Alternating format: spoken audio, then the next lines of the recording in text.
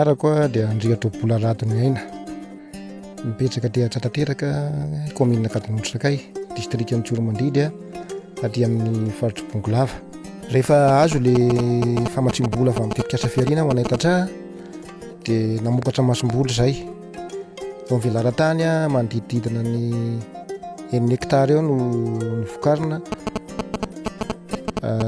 tamin'ny taona 2024.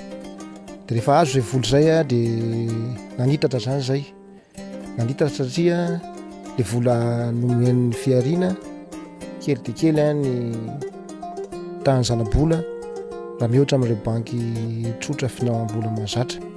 Dia izay no tena namporisika anay hiroso tamin'izay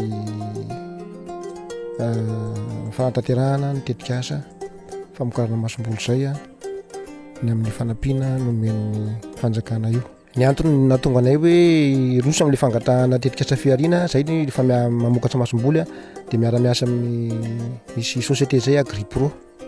Dia izy zany mandray masom-boly dia izy no naporisika sy koa moa fa mandeha amin'ny mandrery-panjakana hoe misy tetikasa ny fitondram-panjakana manampy mivantana ny Tatraha dia niroso zay amin'izay fangatahana tamin'ny tetikasa fiarina zay dia nahazo somatsara ary dia afa-po tamin'ny fandraisana sy fanamboarana ny dosie. Nandritran'izany moa dia tena mora dia mora ny pitsopitsony tamin'izany fa tsy nisy nanahirana mihitsy satria zareo koa amin'ny teknisianina fiarina dia nidina ifotony mihitsy nanoro sy nanampy anay Tatraha ny amin'ny fahazahoana izany vola ho fanampiana izany. Etam-pamaranana azy dia mitondra fisaorana lehibe ho an'ny fitondram-panjakana foibe indrindra ny tetikasa fiarina ianareo teknisianina rehetra tsy hanavahana fa tena afa-po tokoa zay tamin'ny tetikasa zay tamin'ny fanampiana izay ny fitondram-panjakana ka dia makasitraka makatelina ny anareo amin'izay rehetra izay.